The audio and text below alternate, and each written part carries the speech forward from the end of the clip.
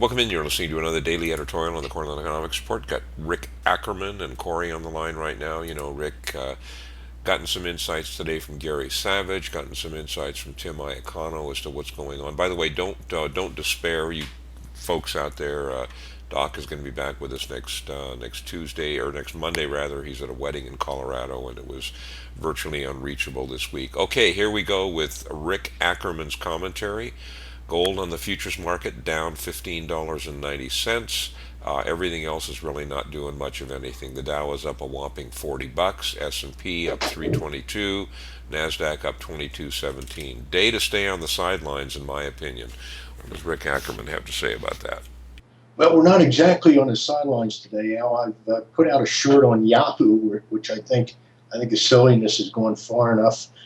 Looking at gold, I've got some nervous Nellies in my own chat room, but I think I'm going to stick with that 1372 threshold, which is where the bullishness of the weekly chart would start to fade. But otherwise, weekly chart still looks good.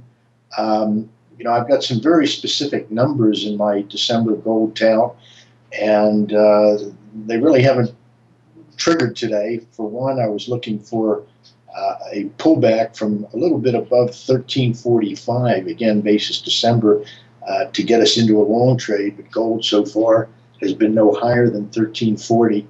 So it's really a game of inches today. And I'm just looking at gold cautiously, but not doing much today.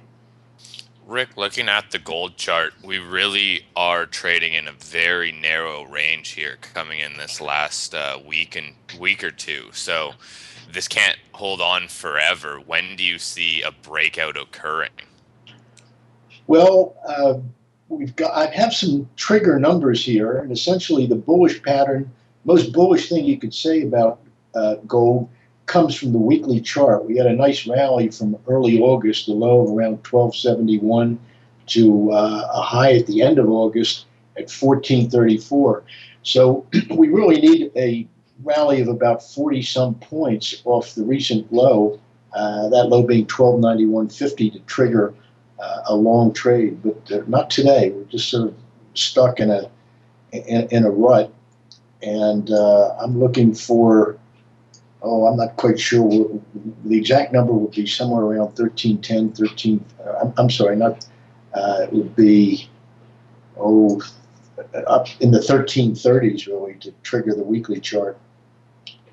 Well, we're a little bit under that right now. No, we're really not. We're at 1320 even right now vis-a-vis the futures. I mean, give us some thoughts on the next 30 days for gold. What do you think? Well, I'm not equipped with the crystal ball. I try to look out only as far as I can see clearly. And to give you a very specific number in gold, we need, let's see, a close above 1375 to put gold on track for 1461 or higher. So until these things happen, I'm not really going to do anybody much good by guessing. So I try to take the guesswork out of it just by looking at certain key numbers on the chart, and we need to close above 1373.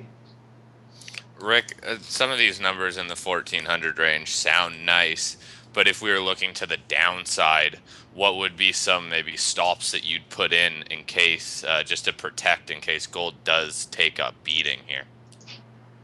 Well, below the early August low at 1271.80, the weekly chart would swing bearish. I don't think that would necessarily be the end. Gold has had a very tricky way of taking bulls down to these thresholds of mine. I'm sure there are thresholds for other technicians as well, but just when things look darkest, the futures turn around. Lo and behold, everybody's feeling good about it. But my worst case target is down in the 1100 range, really. I don't see that happening. But again, I don't see much going on to take us higher. Okay, there you have it. The thing I appreciate about Rick's commentary is it's all about numbers. It's very black and white. He keeps emotions out of it. Rick, maybe that's one of the reasons you're so damn accurate.